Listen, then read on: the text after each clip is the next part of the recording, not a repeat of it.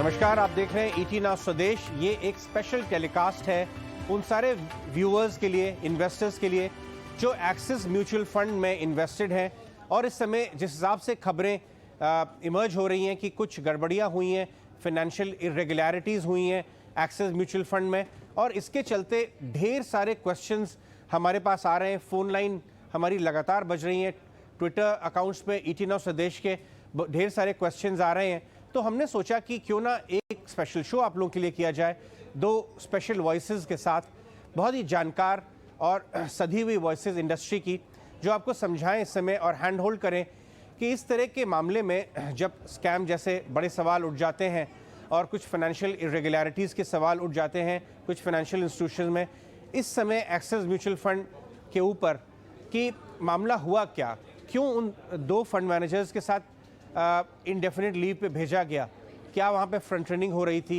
क्या वहाँ पे कुछ और फाइनेंशियल इरेगुलरिटीज़ हो रही थी small cap mid cap funds खरीदने के लिए। और अगर ये बात सच है तो जब तक इन्वेस्टिगेशन चल रही है तब तक आप as a shareholder, as a investor सारी स्कीम्स के, आपके स्कीम्स के ऊपर क्या फ़र्क पड़ेगा और आप इस पूरे मैटर को कैसे एनालाइज करें। हमारे साथ आज फिरोज़ अजीज़ शामिल हो रहे हैं ET नाउ स्वदेश पे, आनंद राठी वेल्थ के CEO हैं, और हमारे साथ संजय शाह भी शामिल हो रहे हैं, प्रूडेंट कॉर्पोरेट एडवाइजर्स के फाउंडर हैं। दोनों ही companies, Anand Rathi wealth as well as prudent, देश की नंबर टॉप 5 में ये दोनों ही कंपनियां हैं म्यूचुअल फंड डिस्ट्रीब्यूशन में, और डेकेड्स से इन्वेस्टर्स के साथ खड़ी हैं एडवाइजरी के लिए, रिसर्च प्रोवाइड करने के लिए, और ऐसे उतार चढ़ाव के समय में हमें बताने के लिए कि बाज़ार में कैसा करना चाहिए, आपको किस तरह से अप्रोच करना चाहिए।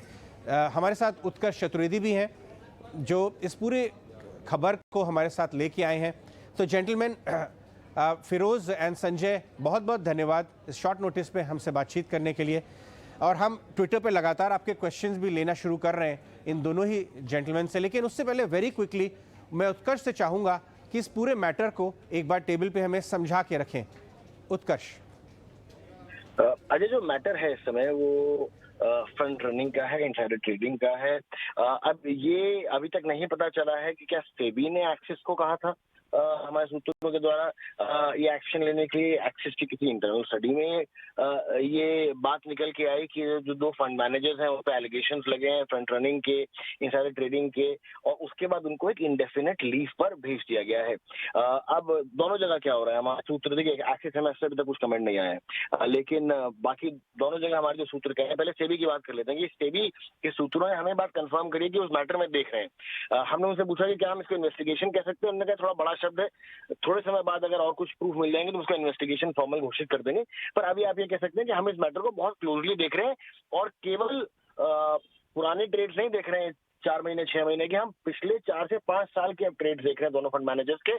और एक और चीज देख रहे हैं कि क्या ये जो ट्रेड्स, अगर इनमें जो एलिगेशंस प्रूव होती हैं, तो अकेले थे या किसी कुछ और भी लोग शामिल थे इसमें, इनके क्या कनेक्शंस थे जिसके थ्रू ये हुआ है। तो ये एक बहुत बड़ी खबर ऑल्सो है कि केवल दो फंड मैनेजर को सेबी नहीं देख रहे हैं, पूरे कनेक्शंस अक्रॉस दोनों मैनेजर्स के सेबी देख रहा है। कितना समय लगेगा इन्वेस्टिगेशन अभी बताना थोड़ा मुश्किल है, लेकिन जो छानबीन है एक तरीके से वो शुरू हो चुकी है। अगर एक्सिस की बात करें, एक्सिस ने भी अपने इंटरनल इन्वेस्टिगेशन शुरू कर दिए हैं। दोनों एम्प्लॉइज को लंबी छुट्टी में भेजा गया है। देखना पड़ेगा कि एक्सिस अपने बाकी एम्प्लॉइज को भी स्कैन करेगा यहाँ पे, वो अभी तक हमें पता नहीं है। फॉर्मल कमेंट बाद जिसमें शुरुआत की एक्सिस एमएफ ने अभी तक कुछ बात फॉर्मल कमेंट हमें नहीं दिया है।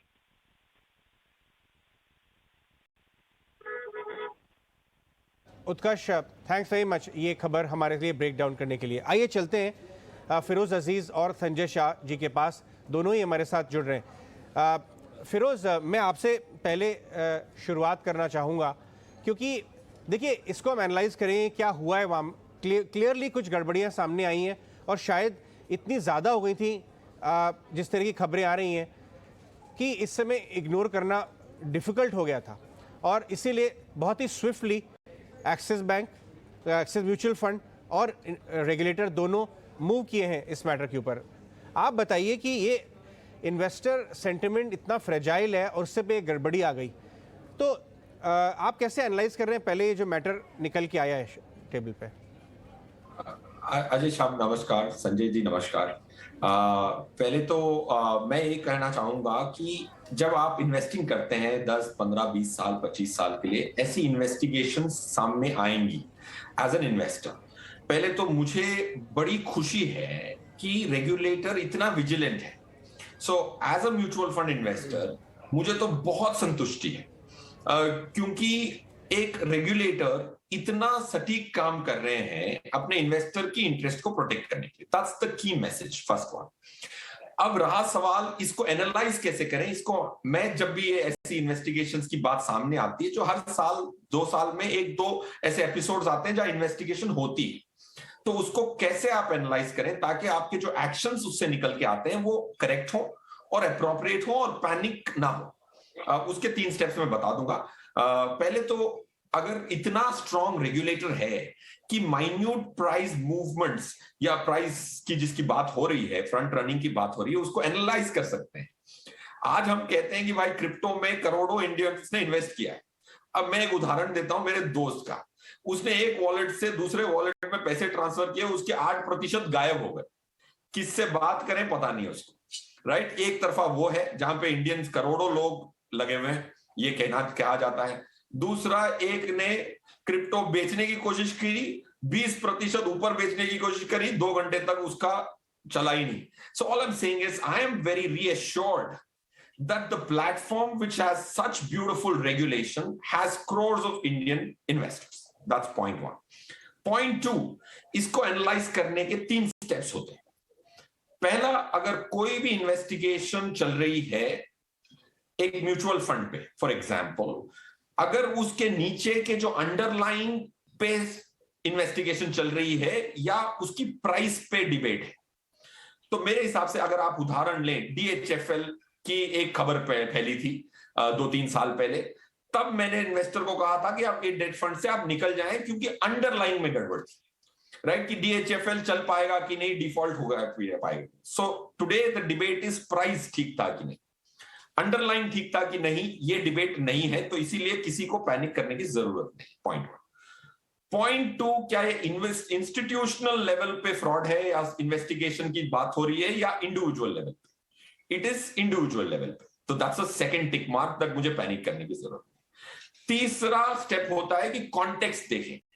क्या ये एक bank promoted asset management company है? कॉन्टेक्स्ट भी बड़ा है, ऐसा नहीं है कि आपने कोई चिट फंड में पैसे लगाए, right. It's a context is good. Institutional investigation नहीं हो रही है, जहां तक कि अब मुझे भी थोड़ी सी खबर है, बट जहां तक कि मुझे पता है। But these are the 3 steps in which you decide whether कोई एक्शन आज आपके लिए जरूरी है या 1 महीने रुक के भी आप कर सकते हैं। सो ये तीनों स्टेप में मुझे ये सांत्वना मिलती है कि मुझे आज कुछ करने की जरूरत नहीं है as an Axis investor itself. क्या बात है, आपने इतनी अच्छी तरीके से सरलता से बताया। इनफैक्ट देखिए, जो ये तो बात फैक्ट है, जो हुआ है ये सब नहीं होना चाहिए था, बिल्कुल नहीं होना चाहिए था। लेकिन हर पूरे म्यूचुअल फंड इंडस्ट्री को और इवन एक्सेस म्यूचुअल फंड के प्रोसेसेस को क्वेश्चन करना चाहिए, बिल्कुल क्वेश्चन करना चाहिए। बट ये एक इंडस्ट्री वाइड इशू है तो बिल्कुल नहीं है। ये स्टॉक, ये जैसे हम लोग मार्केट में बोलते हैं, ये स्टॉक स्पेसिफिक इशू है, ये इंडिविजुअल स्पेसिफिक इशू है।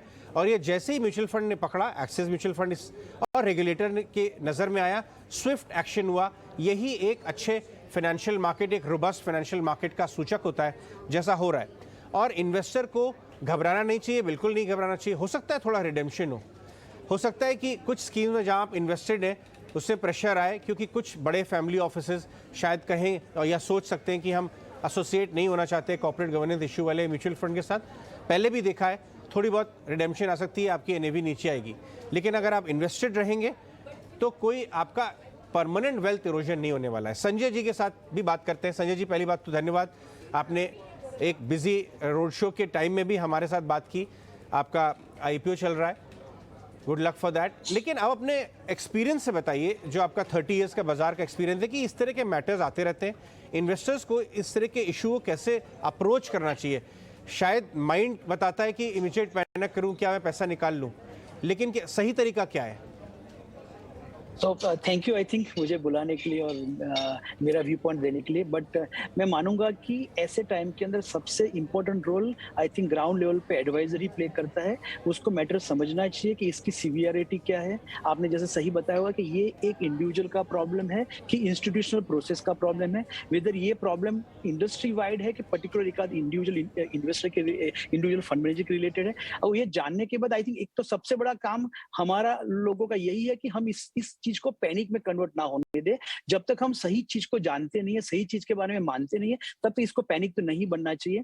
दूसरा मैं मानता हूँ रेगुलेटर बहुत ही आई थिंक एजाइल है आज की तारीख में। They have been having a significant control. I think उनका हर एक चीज के ऊपर नजर है। तो छोटा मोटा अगर कोई मूवमेंट हो भी जाता है तो रेगुलेटर तुरंत वहां पर पहुंच जाता है। तो I think I will give a significant credibility आज की तारीख में रेगुलेटर को कि उन्होंने पूरी सिस्टम के अंदर, आप देखिए आई थिंक मार्केट कैप देखिए, इंडस्ट्री की साइज देखिए, द वे म्यूचुअल इंडस्ट्री बढ़ा हुआ है और the kind of transparency level जो रेगुलेटर लाया हुआ, I think it's a commendable job by the regulator. और हमें भी वही रोल प्ले करना है कि सिचुएशन की सीवियरिटी को आई थिंक बहुत ग्राउंड लेवल तक नहीं पहुंचाया जाए। आई थिंक मैटर को बहुत बढ़ाया ना जाए जब तक हमें एग्जैक्ट सिचुएशन मालूम नहीं है। और I think retail investors, mutual fund distributors के आई थिंक सांत्वना के ऊपर बहुत डिपेंडेंट होता है और हमें डिस्ट्रीब्यूटर के रूप में बहुत ही प्रोएक्टिव रोल प्ले करना होगा और एक सांत्वना डेफिनेटली रिटेल इन्वेस्टर को देना होगा कि ये बहुत बड़ी मैटर एज ऑफ नाउ नहीं लग रही है। ये एक शायद जैसे फिरोज ने बताया, ये प्राइस का मैटर है। आई थिंक कंपनी की क्रेडिबिलिटी का या तो इन्वेस्टमेंट प्रोसेस का सवाल नहीं आ रहा है। संजय, आपसे एक फॉलोअप क्वेश्चन। आप थोड़ा टेक्निकलिटी में जाते हैं कि एक तो एलिगेशन ये कि फ्रंट रनिंग है, तो क्वेश्चन ये नहीं है कि बैड क्वालिटी ऑफ एसेट लिया, क्या शायद वो भी लिया होगा, बैड प्राइस पे लिया, तो वो इम्पैक्ट तो इन्वेस्टर स्कीम्स पे ऑलरेडी आ चुका है, उसका अब किया जा नहीं सकता कुछ। बट जिस हिसाब से मैं डेटा देख रहा था, top holdings, mid cap, small cap, questionable assets तो नज़र नहीं आए बहुत ज़्यादा। आपका क्या व्यू है कि अगर ये बात भी है कि क्या शायद क्वेश्चनेबल एसेट्स हो, तो उसका भी रिस्क आफ्टर ऑल कितना कंटेन होके हो जाएगा स्कीम पे? क्योंकि डेट के मामले में तो हम देख सकते थे, लेकिन इक्विटी तो बहुत लार्ज है। सो बाय एंड लार्ज अगर आप देखोगे तो on an average mid cap या स्मॉल कैप के अंदर एक तो आपका एक्सपोजर बहुत फ्रैगमेंटेड होता है। और आई थिंक भी अगर आप टॉप होल्डिंग देखोगे सारे फंडों की, तो टॉप के जो 25-30 स्टॉक होंगे वो वहां पर आप कभी भी क्वेश्चन नहीं करोगे। आई थिंक बॉटम के 4-5%, 6%, 60% एक्सपोजर ऐसा होता है जहां पर आपका खुद का कन्विक्शन उस पर्टिकुलर स्टॉक के अंदर होना चाहिए और वहां पर रिसर्च कैपेबिलिटी, ऑर्गेनाइजेशन प्रोसेस और आपका कंफर्ट। तो ये नया आइडियाज जो होता है जहां पर आपका एक्सपोजर करीबन 1-2% के रेंज के अंदर होता है, वहां पर शायद हो सकता है। बट ओवरऑल आई थिंक मैं मानता हूँ सिस्टम प्रोसेस इतने रोबस्ट है कि मुझे लगता है इसको बहुत ज्यादा लार्जर कैनवास के अंदर नहीं देखना चाहिए। फिरोज, आइए आप वापस से इन्वेस्टर बिहेवियर के बारे में बात करते हैं। 1.5 लाख करोड़ का टोटल AUM है एक्सिस म्यूचुअल फंड का। ये जो मैटर आया है निकल के और इन्वेस्टिगेशन चल रही है, देखते हैं क्या आउटकम होता है। लेकिन इन्वेस्टर्स की स्कीम्स पे कितना रिस्क आपको नजर आता है? पॉइंट 1 एंड पॉइंट 2, अगर कोई एडमेंट है कि साहब मुझे एक बार के लिए इस हाउस के साथ एक्सपोजर अपना रिड्यूस करना है या निकलना है, मैं कहीं और जाना चाहूँगा, इस बात के प्रोज एंड कॉन्स बताइए, क्योंकि ये फीलिंग भी है बहुत सारे लोगों में मार्केट में। मैं दोबारा कहता हूँ, जब तक हमें एक्चुअल सिचुएशन मालूम नहीं, आई थिंक हमें डेस्परेट कॉल। माफ कीजिएगा संजय जी, ये सवाल फिरोज के लिए था। Okay yes. सो अगर आप मेरी माने तो एज एन इन्वेस्टर आपको एक्सपोजर घटाना या नहीं घटाना या बढ़ाना, आज आपको इन्वेस्टिगेशन की बिगिनिंग पे नहीं करना है। जैसे संजय साहब ने कहा कि इन्वेस्टिगेशन होने दें, क्योंकि उस इन्वेस्टिगेशन की वजह से एनएवी पे इंपैक्ट नहीं आएगा। मेरे हिसाब से लिक्विडिटी, माना कि काफी लोग दूसरे इन्वेस्टर जो हैं वो अपने पैसे निकालने के लिए दौड़ सकते हैं, बट कोई बात नहीं, म्यूचुअल फंड ऐसा प्लेटफॉर्म है जो भी पैसे निकालेगा वो आज की करंट एनएवी पे निकालेगा। तो उसमें जो एग्जिस्टिंग इन्वेस्टर्स हैं उसमें फर्क नहीं पड़ता है उनके पैसे बनाने या घटाने की क्षमता में, राइट? So point 1। पॉइंट 2, अगर एक asset management company 1.5 lakh crore पे पहुंची है तो कुछ ना कुछ तो सही किया होगा कि करोड़ों लोगों का पैसा लिया, 1.5 लाख करोड़ इतने सालों से मैनेज किया। ELSS स्कीम में उनका सबसे बड़ा ELSS स्कीम है, मतलब लोगों ने विश्वास किया कि मेरे पैसे को आप 3 साल के लिए लॉक इन कर लीजिए। तो आज एक्सिस लॉन्ग टर्म इक्विटी सबसे बड़ा ELSS स्कीम है। तो उन्होंने बहुत सारी प्रोसेसेस डाली होंगी। एक इन्वेस्टिगेशन की बिगिनिंग में अगर आप एक एसेट मैनेजमेंट कंपनी का निर्णय ले सकते हो कि इसके साथ मुझे जुड़ा रहना है कि नहीं, तो ये बहुत पैनिक डिसीजन माना जाएगा मेरे हिसाब से। आपको कोई भी म्यूचुअल फंड प्लेटफॉर्म में रोक नहीं सकता कि 1 महीने बाद भी अगर मैं ये निर्णय ले लूं, तो आपके पास कोई कंपल्शन तो है नहीं कि आप बॉन्डेड लेबर बन गए कि आज नहीं निकला तो मैं अगले 10 साल तक नहीं निकलूं। अगर ऐसी स्थिति होती तो मैं बोलता कि भाई निकाल लो पैसे। अगर ऐसी स्थिति नहीं है तो आपको पैनिक करने की जरूरत नहीं है। मैं ये नहीं कह रहा हूं कि ये डेटा को आप ना एनालाइज करें, ये डेटा को एनालाइज करें। मीडिया हाउसेस ईटी इसको फॉलो कर रही है, स्टोरी को आपको अपडेट देगी, इस पे आपको थोड़ा चौकन्ना रहना है। आज एक्शन की मेरे हिसाब से बिल्कुल जरूरत नहीं है, राइट? आज नहीं है तो इसका मतलब ये नहीं है कि कभी भी नहीं होगी, बट आज डिसीजन ना लें। और प्राइस की बात है, प्राइस की जो वेरिएशन है फ्रंट रनिंग के, पहले भी एलिगेशंस लग चुके हैं, काफी सालों तक इन्वेस्टिगेशंस चली हैं। इन्वेस्टिगेशन में ये भी निकल के आया है कि फ्रंट रनिंग हुई थी तो इंडिविजुअल पे हुई थी। अगर फ्रंट रनिंग की बात है तो उससे एनएवीज पे इतना फर्क या एनीथिंग सब्सटेंटिव एक रिटेल निवेशक को नहीं पड़ता है। इसीलिए इसको आप आज की डेट में एक्शन ना करें, और महीना 2 महीना जो इन्वेस्टिगेशन लगती है उसको पूरी तरह इन्वेस्टिगेशन करने के लिए टाइम लगता है। अगर 5 सालों की ट्रांजैक्शन एनालाइज करना, तो हजारों लाखों ट्रांजैक्शंस एनालाइज करने के बाद कोई निष्कर्ष पर पहुंचते हैं। अगर आप कोर्ट में भी जाते हैं तो कन्विक्शन के लिए 10 साल लगते हैं कोई भी मैटर में। तो आप पहले दिन ही अगर एफआईआर फाइल होते ही आप कंक्लूड कर लें कि ये अपराधी है, तो ये सही नहीं। तो आज एफआईआर फाइल हुई है, फॉर एग्जांपल अगर मैं पैरेलल्स दूं तो आज तो आप इन्वेस्टिगेशन पे निर्भर करें।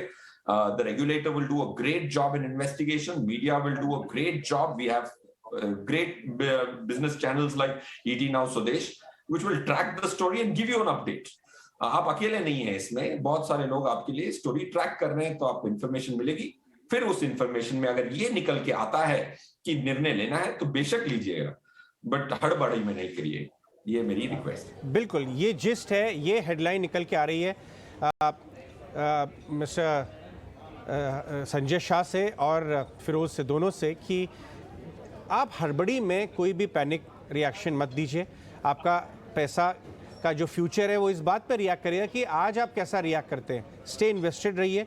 इतना फ्रैगमेंटेड शेयर होल्डिंग है, अगर क्वालिटी ऑफ एसेट्स भी क्वेश्चन मार्क है उसके ऊपर भी, तो भी आपका रिस्क एक छोटी होल्डिंग तक सीमित है, तो पैनिक करने की कोई ज़रूरत नहीं है। आज के दिन आपके एडवाइज़र का रोल और बढ़ जाता है, जैसा फिरोज बता रहे थे और संजय जी भी बता रहे थे। इन दोनों की ऑर्गेनाइजेशंस डेकेड से इन्वेस्टर को हैंड होल्ड कर रही है। आज का दिन है जो बहुत ही कम ऐसा सालों में ऐसा आता है कि एडवाइज़र का बहुत ज़्यादा हैंड होल्डिंग का जिम्मेदारी होती है, और आपको आज उनके साथ बैठ के अपनी ये मैटर को एनालाइज करना चाहिए। एक्सपोजर एकदम नी-जर्क रिएक्शन नहीं करना चाहिए। फिरोज एंड संजय, बहुत बहुत शुक्रिया ET Now स्वदेश पे स्पेशल सेगमेंट के लिए।